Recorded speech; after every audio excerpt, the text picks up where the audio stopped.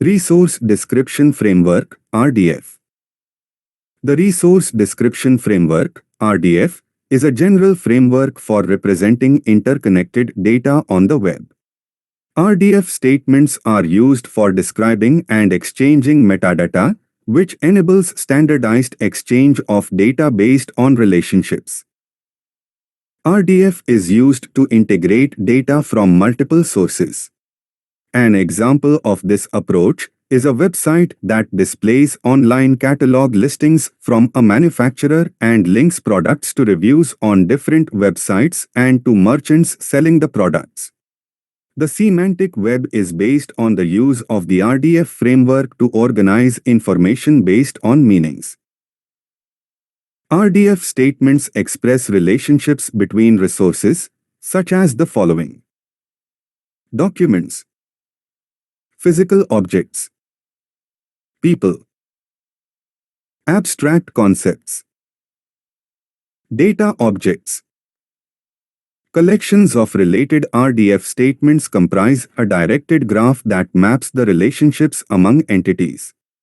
A collection of RDF statements about related entities can be used to construct an RDF graph that shows how those entities are related. The World Wide Web Consortium, W3C, maintains the standards for RDF, including the foundational concepts, semantics and specifications for different formats. The first syntax defined for RDF was based on the Extensible Markup Language (XML). Other syntaxes are now more commonly used, including TER's RDF Triple Language, Turtle, JavaScript Object Notation for Linked Data, JSOLD, and NTriples. How does RDF work? RDF is a standard way to make statements about resources. An RDF statement consists of three components, referred to as a triple. Subject is a resource being described by the triple. Predicate describes the relationship between the subject and the object. Object is a resource that is related to the subject.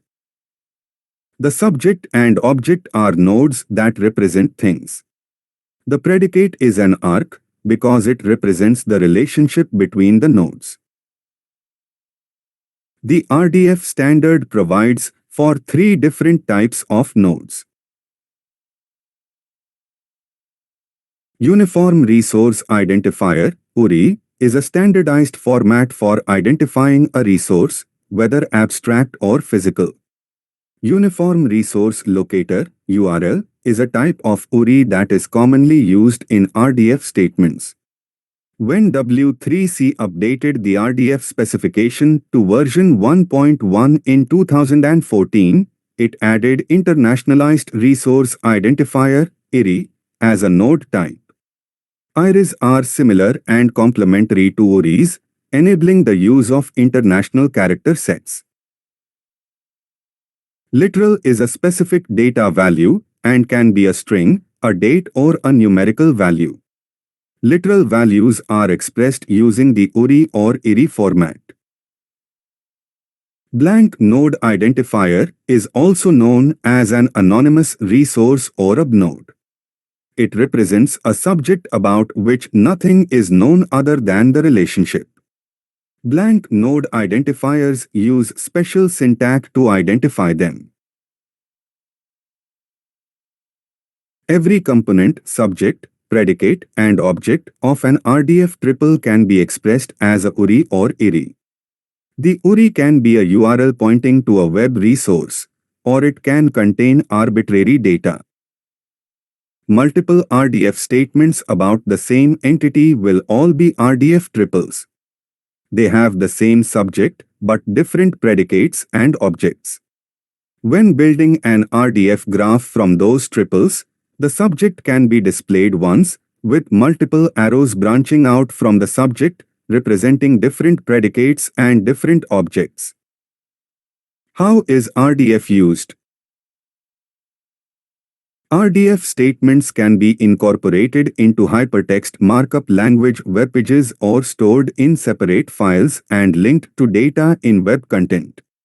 When RDF was first specified, RDF statements were incorporated into XML documents linked with web content. Although the XML syntax was the only syntax option specified at first, standards for encoding RDF statements now include the following three syntaxes. Turtle is the most popular text syntax for RDF statements. The W3C describes it as a compact and natural text form that includes abbreviations for commonly used patterns. JSOLD uses the JSO syntax for RDF statements. N-triples is a subset of the Turtle syntax, designed to be a simpler text-based format for RDF statements for improved ease of use by humans writing statements. The simpler format also makes it easier for programs to create and parse RDF statements. An RDF query language is used to access and manage information stored in RDF graphs. RDF query languages must be capable of parsing RDF triples and interpreting and producing results related to the contents of the triples, as well as the relationships among triples. Sparkle, a recursive acronym for Sparkle Protocol and RDF query language, is the standard for RDF query languages that the W3C developed. Sparkle-compliant query languages operate on RDF triples only and don't support queries on RDF schemas. RDF schemas are extensions of basic RDF vocabulary that define standardized resources and relationships. Benefits of RDF. The semantic web depends on having an open and interoperable standard for data and metadata exchange. That is what RDF provides, and the reason it was first standardized. The benefits of RDF include the following. A consistent framework encourages the sharing of metadata about Internet resources. RDF's standard syntaxes for describing and querying data enable software that uses metadata to work more easily. The standard syntax and query capability enable applications to exchange information more easily. Searchers get more precise results from searching based on metadata than they would from indexes derived from full-text gathering. Intelligent software agents have more precise data to work with and are more precise in what they deliver to users. Unlike relational databases, RDF data can provide much more interesting information about an entity and its relationships to other entities. Limitations of RDF. With its open specifications and wide applicability, RDF has been a successful standard for publishing semantic web data and assembling semantic information.